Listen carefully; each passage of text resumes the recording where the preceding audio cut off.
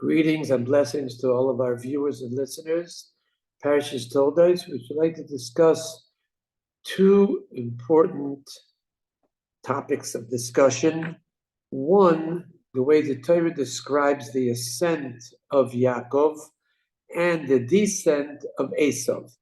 The Haftarah told us a very, very interesting point. The Haftarah of Parish Toldot states as follows: "Ahavti eschem amar Hashem, v'amaltem b'mei ahavtonu.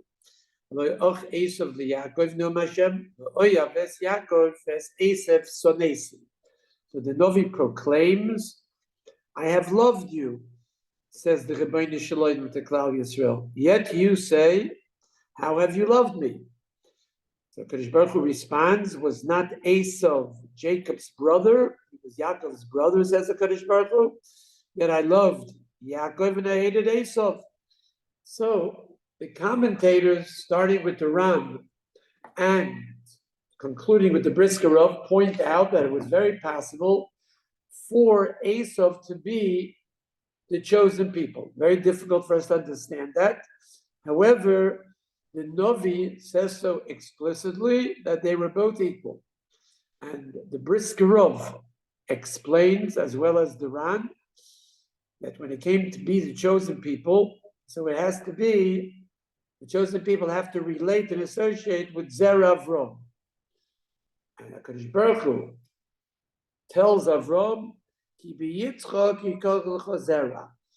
Your children that will relate and associate with you, and ultimately will be the chosen people.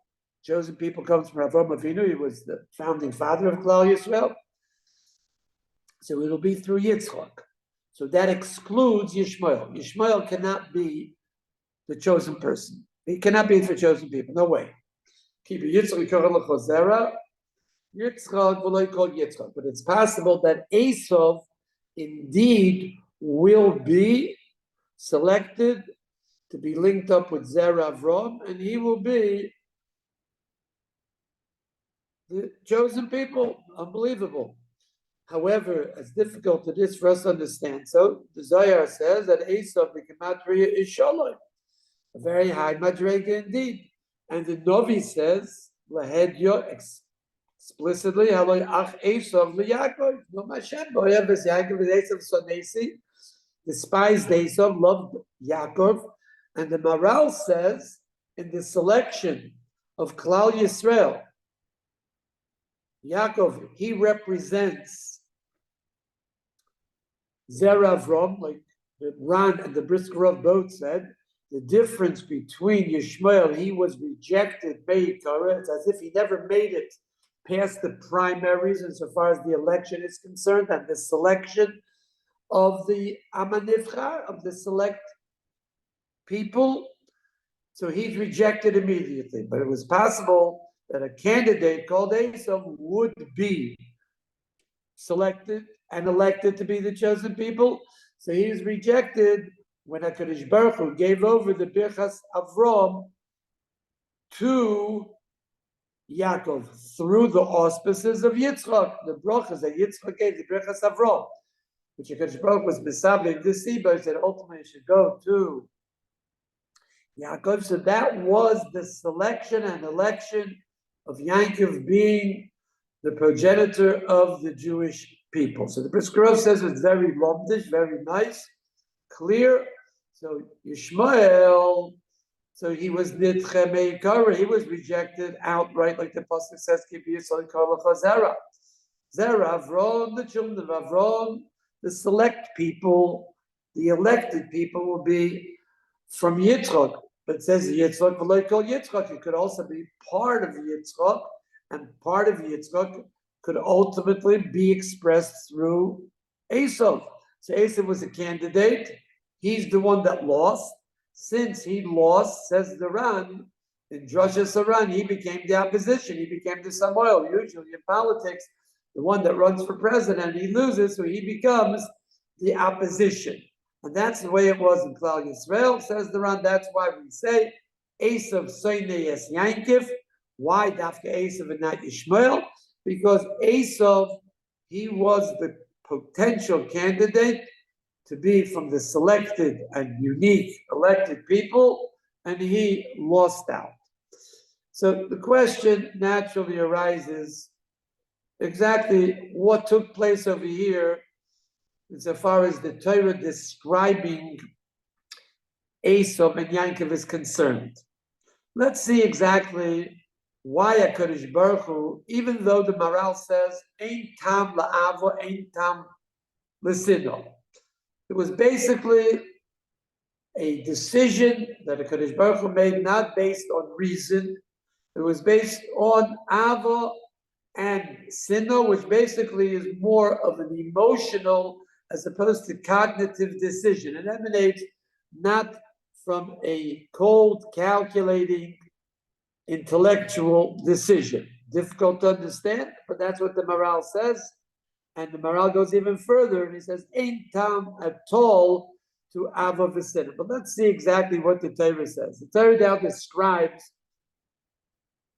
Esau and Yaakov. And the Torah says, Vayigdelu hano'orim, Vayi Esau ish yodea tzayid ish soda.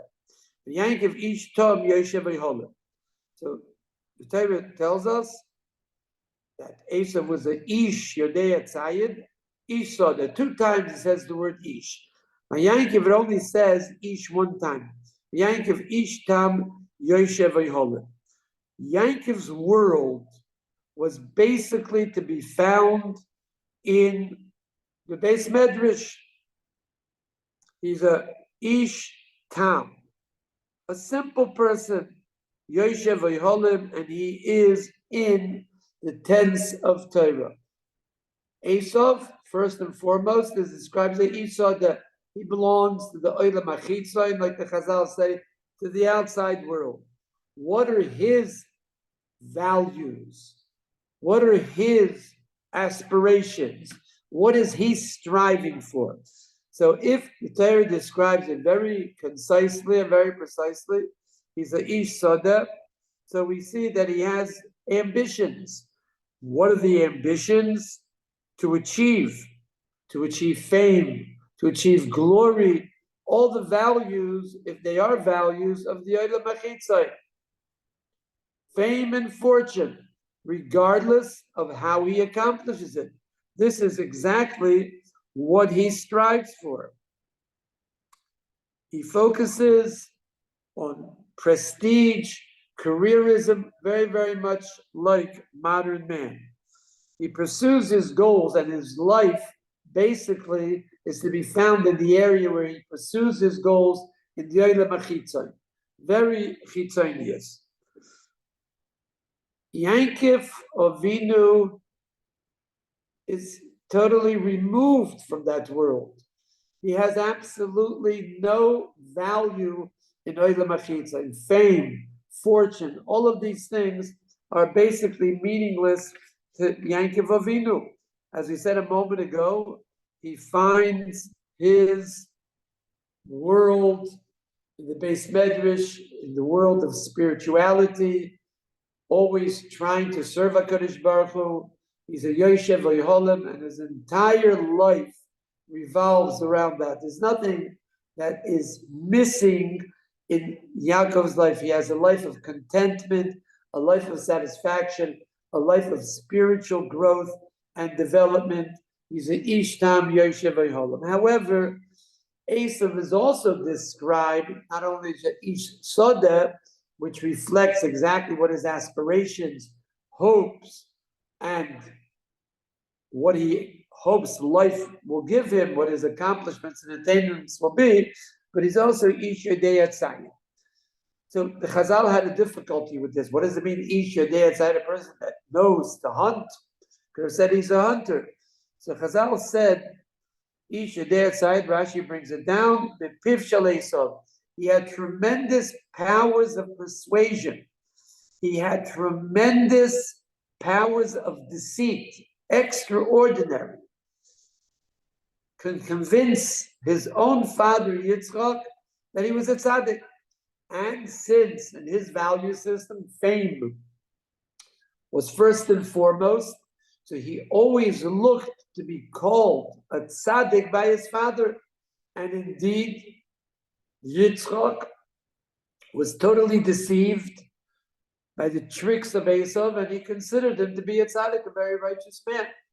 What is the classical example that Chazal give of his tremendous abilities to convince others of his high, lofty stature when he didn't have such a lofty stature, obviously? So Chazal said that he told his father, Hech Maisrim min HaMelach min HaTeven. That's all he was worried about. Trumos and Maisris, from salt, from wheat. How do you give Trumas and Maisris?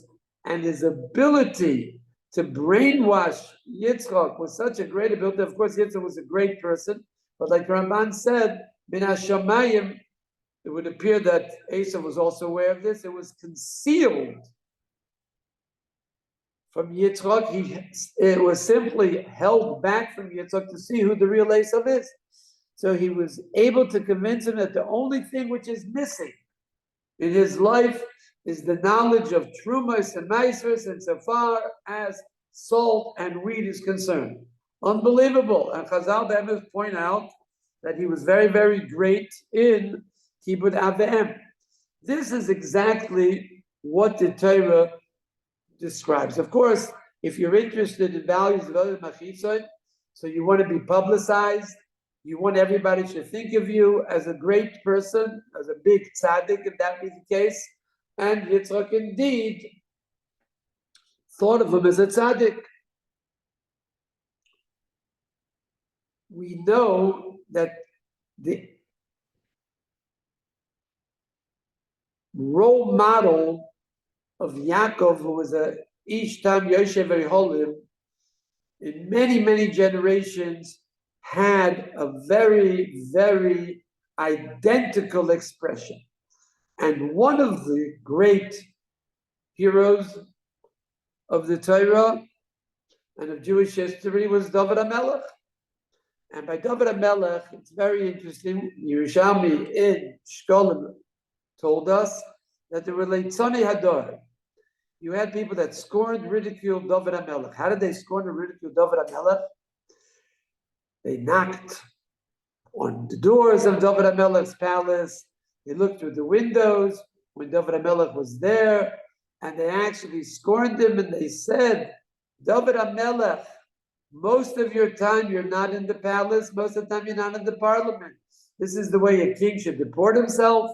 And the truth of the matter is, called Malchei, Mizrach v'Mayrov, wanted an appointment with David HaMelech, because HaKadosh Baruch Hu had, insofar as the world was concerned, had elevated, had exalted the position of David HaMelech. He had unbelievable reverence, respect upon all Malchei, Mizrach v'Mayrov, that everybody wanted to see David HaMelech. Everybody wanted an appointment with David HaMelech.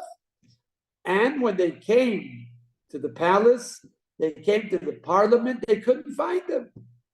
So the Leitzani Hadar used to say, you want to find the great King David HaMelech? So we already know that he's not home. Where is he? In the Beis HaMedrash. And what is he doing? He's occupying himself. B'dam shilya, dam nido yodov b'muchlochos, b'dam, his hands are full of blood. He's paskening questions and tumah v'tayra. So that's where you can find David HaMelech. And of course, they meant to degrade David HaMelech, to defame David HaMelech. They were Leitzanei Hadar.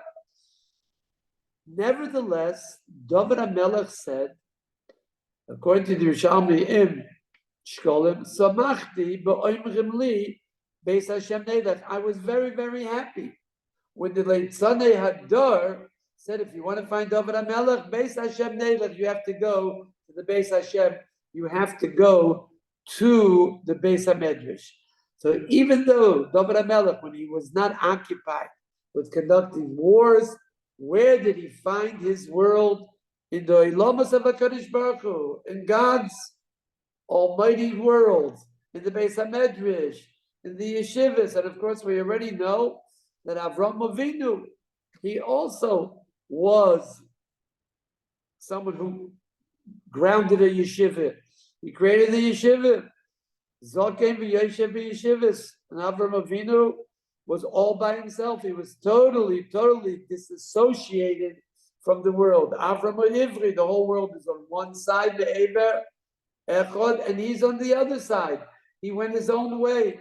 His world was also a world where he found the Lomois of HaKadosh Baruch Hu. That was his essential world, and that was by Yaakov, and that was also by David HaMelech. What basically was the point of departure between the two? Yaakov was a Ish Tam, Yoshev Eiholim. He was one person. He was a simple person. Not that he didn't know deceit. He knew deceit, but he wasn't holding by that. It was not a value by him. It was a vice. After all, he was able to make sure that the Lavan doesn't fool him. He was able to make sure that Esau does not pose a great danger. So he knew how to have guile. He knew how to be shrewd. No question about it. But when it wasn't necessary to save himself from danger, so he totally dismissed shrewdness, dismissed having guile. Esau was full of guile, full of shrewdness, very shrewd person. Yankov was unshrewd, simple person. Basically, the point of departure, insofar as the descent of Esau is concerned, he was two people. He was Ishadei Tzayid, Tzayid Bepiv. He conducted himself like a tzaddik at home, and he saw that he was a different person in the Olam Achitzain, outside. In order to achieve his ambitions, he undertook ruthless methods. And that is interestingly one of the Perushim of the Gemara Psalchim that says, Amar Rabbi Yosef, Imolei HaYoyma, Kama Yosef Ika Bashukah. Rabbi Yosef said, if it wouldn't be for the day of Mount Torah, how many Yosef would there be in the marketplace? So he was not interested, Rabbi Yosef was not interested in having a title as a Rav. That did not interest him at all. What did he mean to say? That if it wouldn't be for the day of Mount Torah, Kama Yosef Ika Bashukah, he himself would be Kama Yosef. If it would be necessary for him to undertake Chanifa, ingratiating himself to rich people in order to do some sort of business partnership with them, so he would do it. And if it was necessary for him to be a humble person, because it was worthwhile for him to be a humble person, after all, under certain conditions, it's a very utilitarian undertaking, he would do that. So basically, Rabbi Yosef wanted to say that his life would be dictated by the circumstances and conditions that he finds himself. And if it wouldn't be for Torah, he would have a very, very commercial, utilitarian approach to life. He himself would be different people. You wouldn't recognize him from one scenario to another scenario. What unites a person, what makes him one, that wherever you'll see him, you'll always see him in the same appearance and the same deportment. That's Torah. That's what Rabbi Yosef meant to say. At this juncture, we have to just take a peripheral view of the Medrash. In other words, we have to focus ourselves on something which is peripheral to this subject, but it's very relevant at the same time. How does a person achieve a madrega of Yankov Avinu? Yankov Avinu achieved the madrega of Ishtam Yoshev Eiholim, and this is some sort of role model for all the Jews during the course of the entire history. So we have a medrash, a very difficult medrash, but this is the medrash that we have to focus our attention on. It's a little peripheral, but hopefully it will also shed a little bit of light. In the pursuit of publicity in our day, so I'm sure that everybody is aware of that, it became almost an addiction. People want to be famous, people want to be known, people want to be publicized. And it's interesting that the great Chazon Ish only said a shir once a year for the yahrzeit of his father. He never accepted a position. He was not a Rosh Yeshiva. He had Talmidim, obviously, that he learned with them, but he was not an official Rosh Yeshiva. He was not an official Maggid Shir. Once a year, he said a shir. Chaim Grainum and his nephew told us that they put a small sign in the base medrash that he was supposed to say a shir for the Yartzat about a few days before, perhaps a week before the date of the shir. It was a very, very small sign. It said, Harav Avram Yeshaya Karelitz, Shlita Yimsa Shir, on a certain day next week. He'll tell you shir in honor of the Yartzat of his father. It was not these gigantic placards that we have today with all the titles of a goyin, a gadol, a tremendous goyin, a tzaddik, tremendous titles, Rosh Yeshiva here, Rosh Yeshiva there. It was a very small, modest, humble petek. And interestingly, the Chaim told us that it was a packed oilam. People were hanging out the windows. The Chazon said this year, and they came as far away as from Melbourne, Australia. And today, with all the publicity and all the big moedoyos that we hang out, all the big signs, so you need to pump it up. And after it's pumped up in a very pompous way, so maybe you'll have a full base medrash, but it was all due to the effect of publicity. Without the publicity, who knows if you would have a minyan. So we see that today we're very, very superficial. We live on the surface. Even in our circles, the values of Doila Machisa of the outside world, the marketplace values have penetrated. So what is the way that we could stop this? How do we go back if we're really interested? We don't have to be interested, but if Yankov Avinu, right, Israel Sabo, our grandfather, is a role model, so exactly how do we go about achieving it? So the Medrash told us, unbelievable. We have Reb Shimon ben Gamliel. So Reb Shimon ben Gamliel said he was the son of Rabbi Gamliel Nosei B'Yisrael. So he said as follows: Kol yomai yoisi b'shamesh es abo v'lo shimashni yosei echod mimeyo sheshimesh Esau es Oziv. Of course, he was Mishamesh's father, Kibbut Aveh. No question about it. Served his father. And it says, Kol Yomai, his entire life, he served his father. Nevertheless, his service was not 1% from the service of the Kibbut Av that Esau was Mishamesh and respected his father. Difficult to understand such a statement. Echod mimeyo sheshimesh Esau es Oziv. Ani b'shashisi mishamesh es abo. When I was mishamesh my father, during the time that I served my father, I wore dirty, filthy clothes. When I had to leave and I went on the way, I went regular, clean clothes. Esau,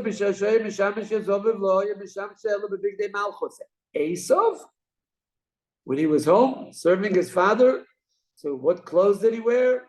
Royal clothes. However, when he went out, right, then he wore begodim meluchlochem. So, of course, this medrash is difficult to understand. Question number one, that the eighth. Yosef Matis Kahuna, and if Yosef asks, is Shimon Gamliel undertaking self-aggrandizement? Is he praising himself for the fact that Esau was Mishamesh, his father, 100 times better, qualitatively better than him? Difficult to understand. Why would he want to, so to speak, boast about the fact that Esau was Mechaber, his father, better than him? What can we say? That he meant it correct in a sense that it hurt him that he couldn't serve his father like Esau. What's the problem? Change your clothes, also put on royal clothes. I mean, that's how Esau was Mishamesh's father. So the Chidush She'arim explains this medrash very, very beautifully and very profoundly. Reb Shimon ben Gamliel understood that he has one of the greatest opportunities that any person could possibly have. He's the son of a Nasi Shebi Yisrael. He's the son of Rabban Gamliel. And he was also aware that he has not reached the levels of Shleimus. And there's no question about it. Everyone, during the time that he is undertaking to be a Ben Aliyah, to grow, develop, metaphysically, spiritually, in Torah, Yirah Shamayim, and Midos Toivos, which is Ein Shir Lamalo. So a great person is very critical of himself to the extent that many times he condemns himself. He incriminates himself that he hasn't done what he was supposed to do or what he thinks potentially he can actualize. He has capabilities, he has abilities, capacities to achieve, and he didn't achieve. So he goes to his father and he tells him all of his defects, quote unquote, as if he had defects, but tells him all that. And he asks him for advice. How can he better himself? Because the pasuk tells us, Ma Hashem Elokecha Asher Imach. And that is something which a person has to ask himself every day. The Chayvus HaLevavos has already told us, Ma Hashem Asher Imach.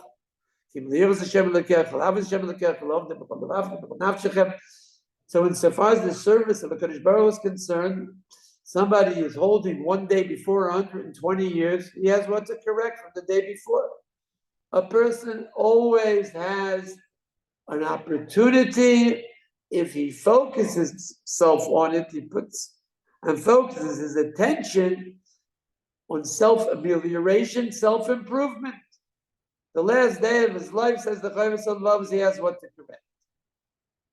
So these are the Bnei Aliyah. Shimon ben Gamliel was from the Bnei Aliyah. He indeed wanted to correct. He understood that the only address that he has is his father. So he told his father about his defects, his deficiencies, spiritually, metaphysically, in order to grow and develop. So his father, the great Rabban Gamliel, understood that he had not yet reached the great madregas that he anticipated Reb Shimon ben Gamliel should have reached. So he had, to a degree, agmas nefesh. In that chelek, Esau Harosha was superior because he always appeared to his father in royal clothes.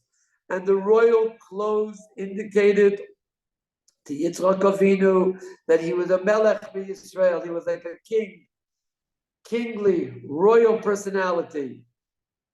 He was Yodei Tzayid B'Piv, so he knew how to deceive. So he convinced Yitzchak that his only problem was Maisvers, Briska, Maisvers, and Trumos from Melech and Teven.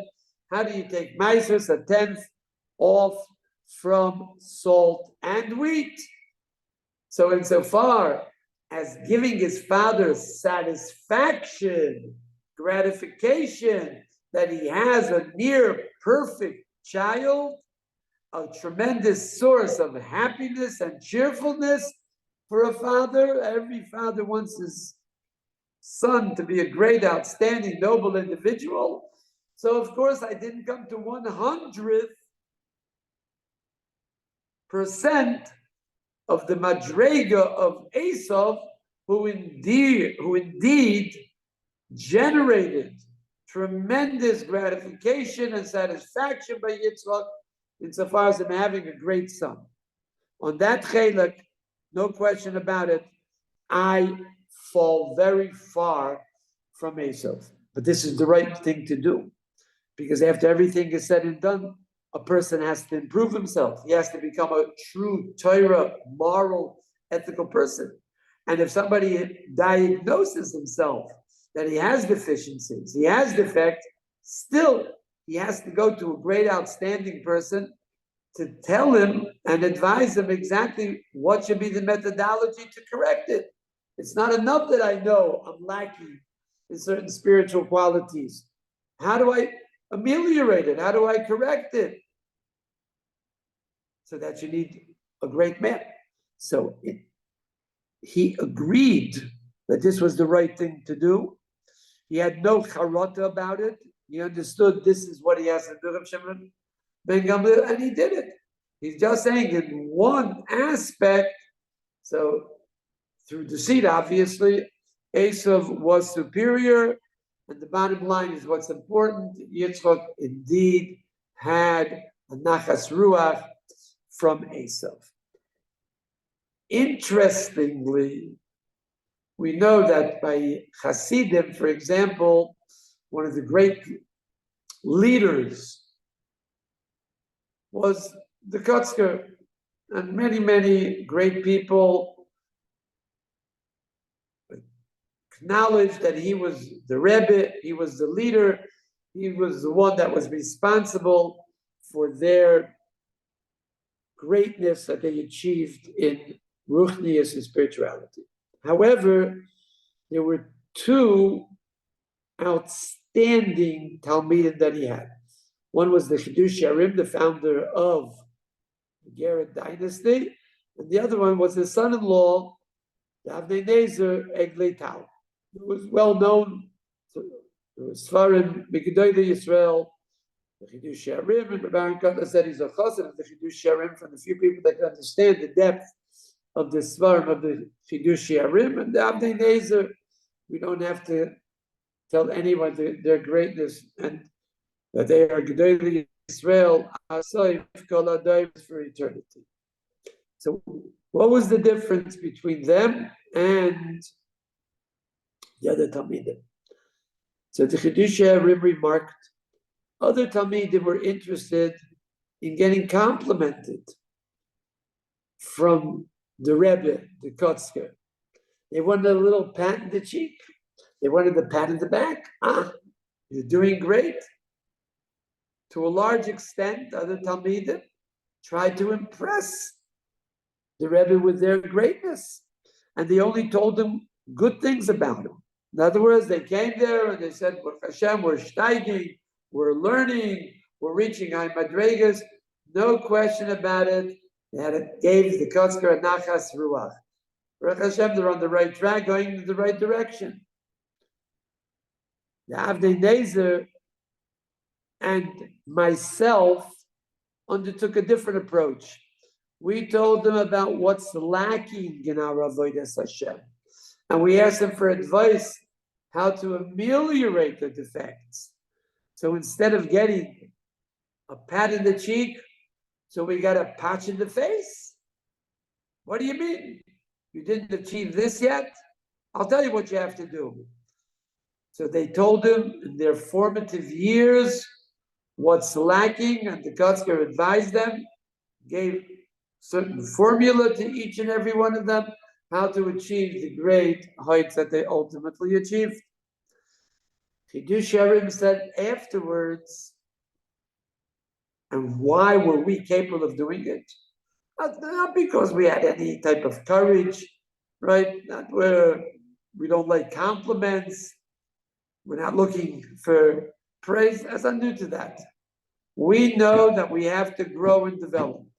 And the way we can grow and develop is by being aware, acknowledging certain defects that we have, and knowing that somebody understands better than us how to improve these defects, how to put us on the right road to true spiritual greatness and reaching dizzying heights.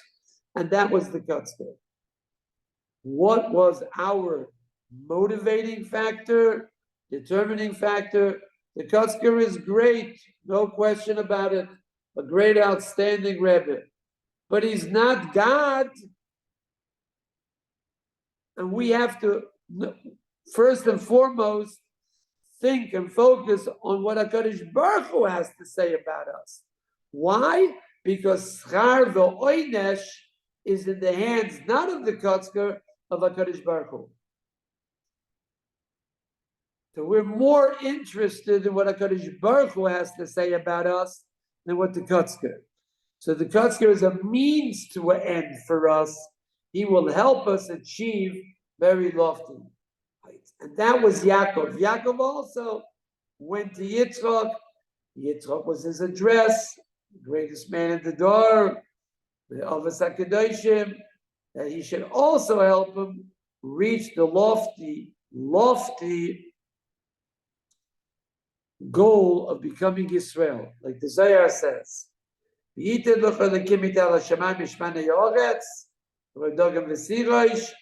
says with the Vav, Yitain v'yachzov v'yitain. Why did the brachas ultimately go to Yaakov Avinu?